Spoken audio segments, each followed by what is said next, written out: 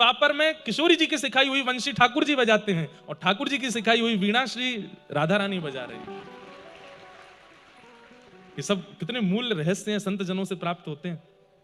किशोरी जी वीणा लेकर के आई हैं, ठाकुर जी सामने बैठे हैं। किशोरी जी और ठाकुर जी के अंदर तो प्रतिस्पर्धा नहीं है, लेकिन सखा और सखीन को जितावे हरावे की बात है। ललिता जी बोली पहले ठाकुर जी कछु सुना दें।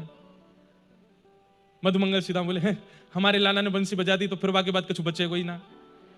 हमारे लाला ने बंसी बजा दी तो फिर तुम कहीं तक दूर तक टिके ही नहीं पाओगे। बोले हम देख लेंगे कितने टिकेंगे, तुम बजाओ तो सही। ठाकुर जी ने अपने अधर पर वेणु धारण करी और महाराज यहां से प्रारंभ करते करते करते जैसे ही ठाकुर जी ने अपना मुखमंडल झुकाया और जब तेर सुनाई है, आहा, वृंदावन में आधा आकाश काला है और वहां चंद्रमा है, आधे आकाश में दिन है, वहां सूर्य है। आधे आकाश में रात्रि की निशा में जागृत होने वाले देवता खड़े हैं और आधे आकाश में जागृत अवस्था में खड़े होने वाले देवता खड़े हैं। यमुना जी स्तब्ध हो, आधे आकाश में दिन है, वहां सूर्य है। आधे आकाश में रात्रि की निशा में जागृत होने वाले देवता खड़े हैं और आधे आकाश में जागृत अवस्था में खड़े होने वाले देवता खड़े हैं। यमुना जी स्तब्ध हो गई है, पवन बह रही है और हवा में भी चंदन की सुगंधी आ रही है। अद्भुत है, उस दृश्य का वर्णन नहीं कर सकते। ठाकुर जी की ऐसी वेणु सुन करके ललिता विशाखा भी झूमन लगी। मधुमंगल वो देख श्रीरामा है गई मोहित, मोहिनी चलाई दी हमारे लाला ने, अब तो हमारे लाला की जीत निश्चित है। किशोरी जी नेत्र बंद करके थोड़े थोड़े अश्रुबिंद आ रहे हैं, सुन रही हैं ठाकुर जी की वेणु को। कोई निश्चय, इसमें कोई संशय नहीं, ठाकुर जी की वेणु अद्भुत है। थोड़ी देर बाद जब ठाकुर जी ने वेणु रव विश्राम किया तो सब पूछने लगे क्यों विश्राम कर दिया, और बजाओ। और ठाकुर जी तुरंत कहते हैं बैठ जाओ।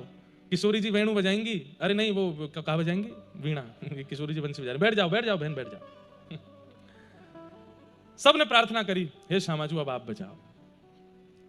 किशोरी जी ने जैसे ही वीणा धारण की है और वीणा धारण करके अपनी कोमल उंगलियों से उसके तारों को आच्छादित किया है और जैसे ही दूसरे हस्त कमल से एक झंकार मारी है, एक झंकार में ही पूरा ब्रह्मांड झंकृत हो गया।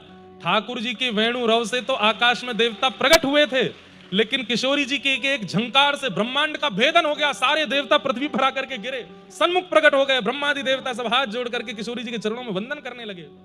ठाकुर जी नृत्य कर रहे हैं, विजय हो जय जय हो, हमारी श्री जी की विजय हो। और जो विजय माला थी जिसके गले में पहना थी, ठाकुर जी ने बिना सीधामा मधुमंगल से पूछ सीधे लेके गए, किशोरी जी गले में पहनाई दी। बोले आपकी विजय हो श्री जी, आपकी जय हो, हमारी किशोरी जी जीत गई।